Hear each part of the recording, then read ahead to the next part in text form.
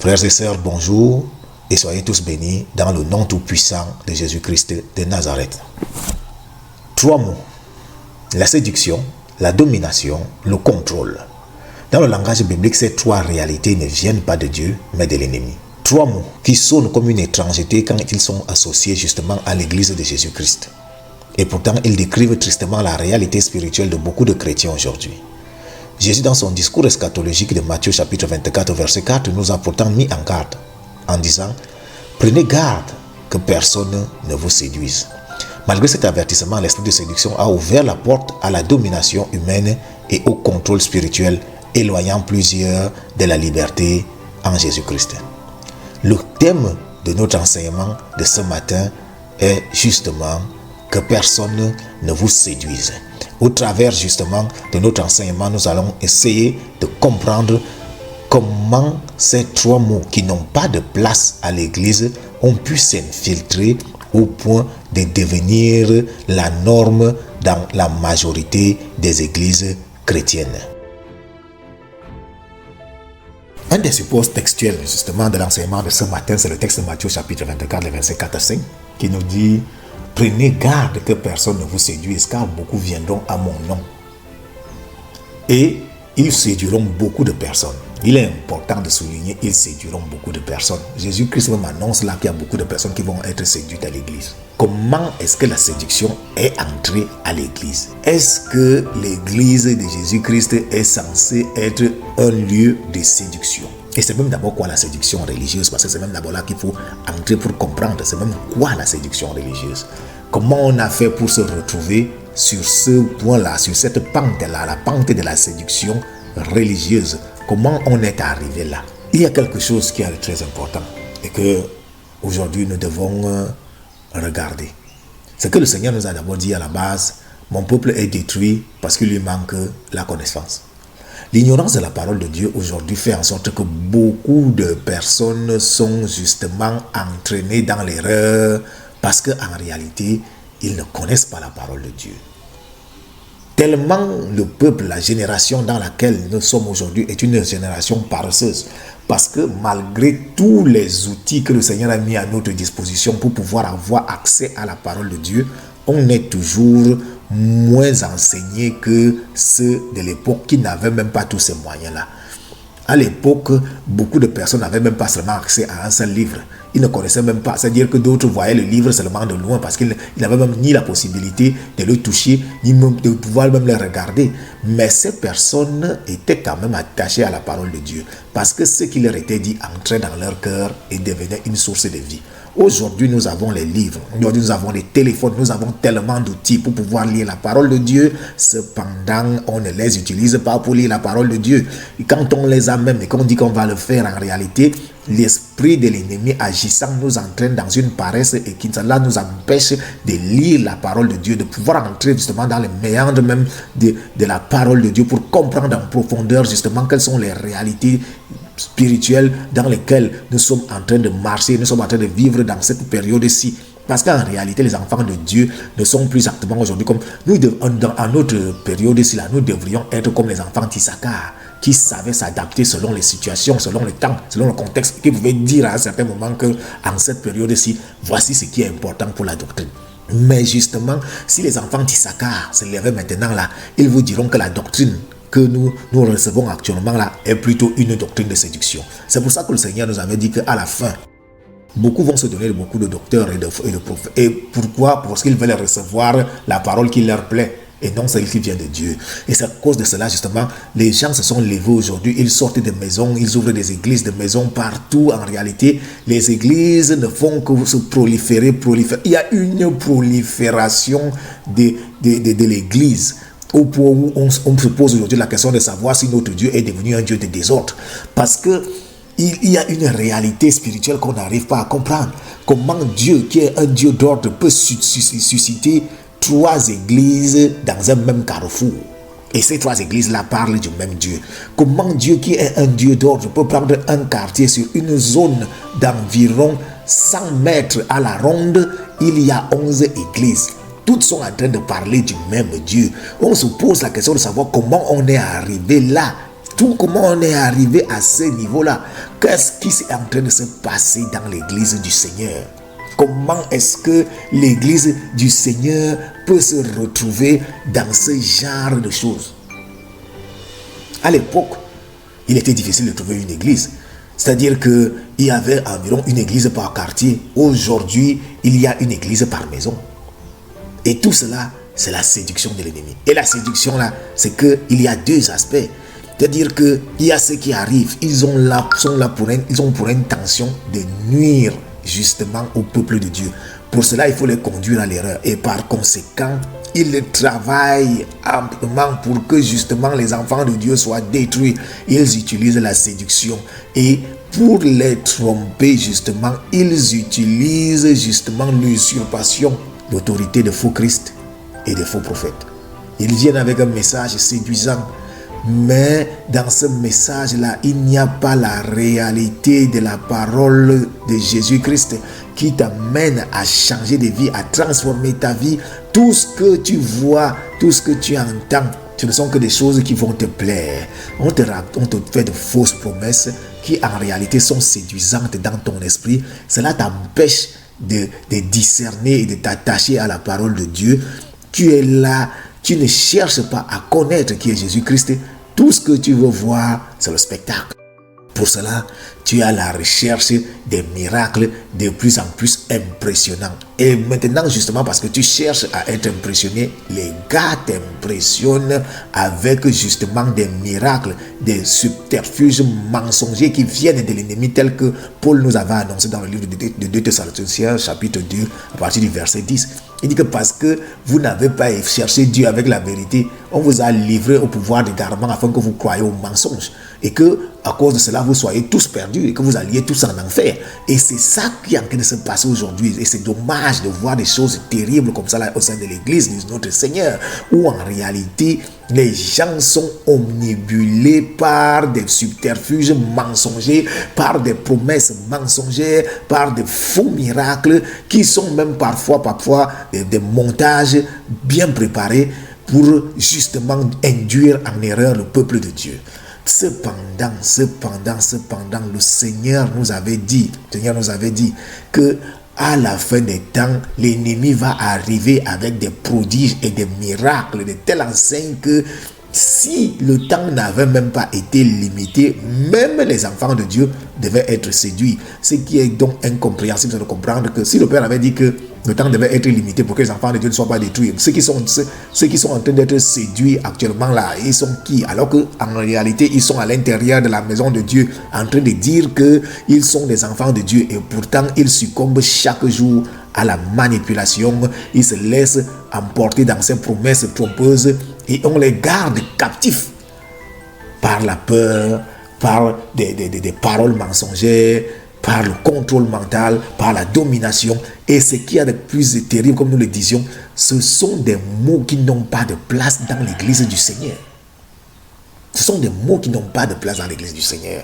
Comment à l'intérieur de l'église de Jésus-Christ, on peut parler de séduction, on peut parler de domination, on peut parler de contrôle mental à l'intérieur de Jésus-Christ, de l'église de Jésus-Christ, là où on a plutôt écrit que là où il y a l'esprit de Jésus, là est la liberté. Ça, c'est ce qui est écrit. Que là où il y a l'esprit de Jésus-Christ, là est la liberté. Mais au contraire, aujourd'hui, nous voyons plutôt dans l'église seulement la domination, seulement la manipulation, seulement la séduction, seulement le contrôle mental. Tout ça pour être conduit à l'esclavage spirituel.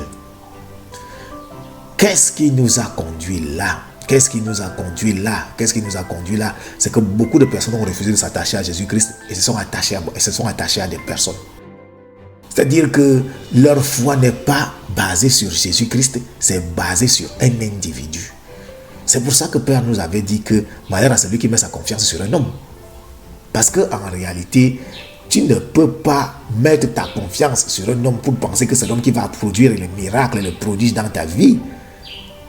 Au point où certaines personnes font des centaines de kilomètres, laissant toutes les églises qu'il y a dans son quartier pour aller voir un homme qui se trouve à des centaines de kilomètres du lieu où il se trouve, pensant que c'est là-bas qu'il va recevoir le miracle qui va changer sa vie.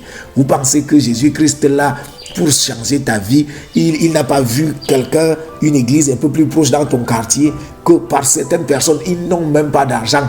Ils vont marcher à pied, arriver là-bas. Au final, ils seront même déçus, ils vont rentrer. On va lui dire que ce n'est pas encore ton jour, on ne t'a pas encore localisé. On ne t'a pas encore localisé. Alors qu'en réalité, on va te localiser dans une église où Jésus-Christ ne t'attend pas. Tu n'es pas positionné là où tu dois être positionné, comme Habakkuk disait. Habakkuk disait que chacun a son poste de garde. Jésus-Christ, notre Père, n'est pas un Dieu de désordre. Ce n'est pas un Dieu de désordre. Il y a des brebis pour chaque église. Si toi, tu as une brebis qui n'est pas dans l'église où Jésus-Christ t'attend, tu penses que tu vas recevoir quoi? Parfois, tu es entraîné loin même de ton église à cause de la séduction, parce que quelqu'un a dit quelque chose qui t'a séduit quelque part. Il a prononcé des paroles séductrices quelque part. Tu te lèves, tu sors de l'église dans laquelle tu étais en train de recevoir la bonne parole de Dieu et tu es en train de courir maintenant vers la perdition. Tu cours là-bas, tu fais tous les efforts possibles, les efforts que tu ne faisais même pas dans ton église, tu fais ça pour arriver là-bas. Et au final, tu arrives là-bas. Les premiers jours, tu es séduit et après, tu entres dans la déception totale. Et au final, ce qui est dangereux dans cette histoire, c'est que ces séducteurs, ces manipulateurs, ces contrôleurs de pensée qui sont entrés dans l'église de Dieu, ce qu'ils font, c'est qu'au final, quand la brebis du Seigneur est déjà perdue totalement, et qu'on a déjà fini de tondre toute la petite laine qui était en train de vouloir sortir, et qu'il est devenu un mouton nu, quand il sort de l'église, il est tellement déçu qu'il perd même la foi. Et ça, c'est ce qu'il y a de pire. C'est ce qu'il y a de pire dans l'église de notre Seigneur aujourd'hui. C'est que beaucoup de personnes sont tellement abusées au sein de nos églises. Quand ils en sortent, ils ont même perdu la foi. Et le monde regarde ça et il rigole. Il regarde ça, il rigole. Quand des personnes qui ne sont pas des chrétiens entendent que dans un même quartier, à 50 mètres à la ronde, il y a 6 églises. C'est quel genre de désordre? Comment est-ce que c'est possible que des enfants qui se disent tous des enfants de Dieu ne peuvent pas s'asseoir pour pouvoir créer une église commune sur 50 mètres à la ronde? Ça veut dire qu'il ne s'agit pas là de servir Dieu, mais de servir les intérêts personnels. Pour que 50 mètres à la ronde, on entend des cris qui viennent de tous les côtés. Ça crie là-bas, ça crie là-bas, ça crie là-bas, ça crie là-bas. Chacun tape le tambour, chacun met le baffle pour que c'est sa voix qui soit entendue plus que toutes les autres voix. Notre Dieu est-il devenu un Dieu de désordre? Notre Père est-il devenu un Père de désordre? Au point où lui-même il suscite, comme je le disais tantôt, 3 églises dans un même carrefour. Et tous sont en train de parler de lui. Beaucoup vont surtout là sur dire que non, le Seigneur avait dit qu'il y a très peu d'ouvriers. Et qu'il faut prier pour qu'il y ait beaucoup d'ouvriers. Mais ces ouvriers-là qu'on ne fait que susciter là, c'est pour qu'ils viennent maintenant semer le désordre au niveau de l'église. Comment 3 personnes peuvent parler en même temps de la même chose? On va écouter qui dans un même carrefour? C'est ça la réalité. C'est ça que même Paul avait dit ça. Mais quand Paul lui disait ça, il parlait encore de l'église. Il disait que mais, si quelqu'un est en train de prophétiser, là, il faut d'abord attendre que l'autre finisse de prophétiser pour qu'on puisse. Sinon, si tout le monde prophétise en même temps, on va entendre quoi? Le message est bien diffus. On n'entend plus rien. Et imaginez que quelqu'un est assis ici à l'église. Il entend le message ici. Il entend un autre message qui sort de l'autre côté là-bas. Il entend un autre message qui sort de l'autre côté là-bas. Tout ça, qu'est-ce que c'est quoi? C'est la séduction qui est entrée au sein de l'église. Les gens ont été séduits par le veau d'or. La cupidité, la quête d'argent a fait que des gens sont sortis du service de Dieu pour se servir eux-mêmes.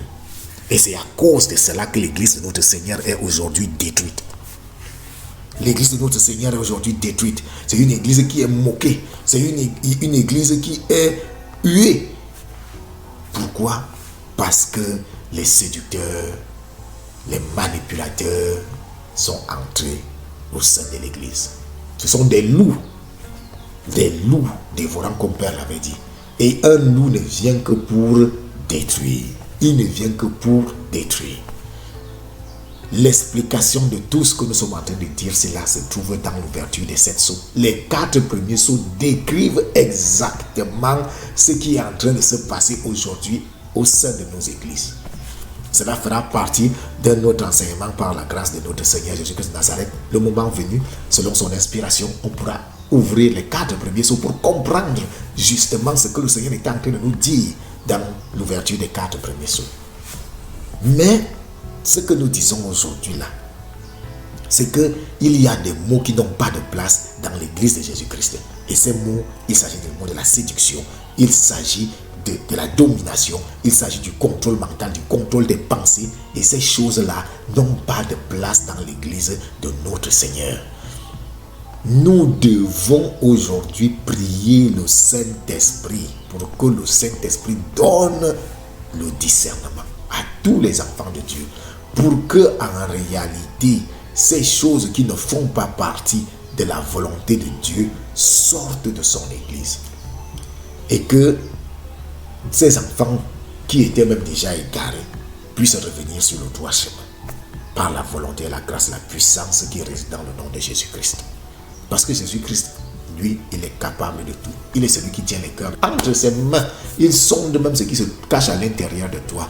Et c'est lui seul qui est capable de sauver son Église. C'est pour ça qu'il est mort. C'est pour ça qu'il est mort. Pour que, au travers justement de sa mort, nous puissions entrer dans le salut véritable. C'est pour ça que l'Esprit du Seigneur vient te dire en ce matin que personne ne te séduise. Que personne ne te séduise avec des bonnes paroles. Ce qui a d'important, c'est que tu écoutes la véritable parole, la parole de Jésus-Christ, la véritable, celle qui sauve, celle qui donne la vie.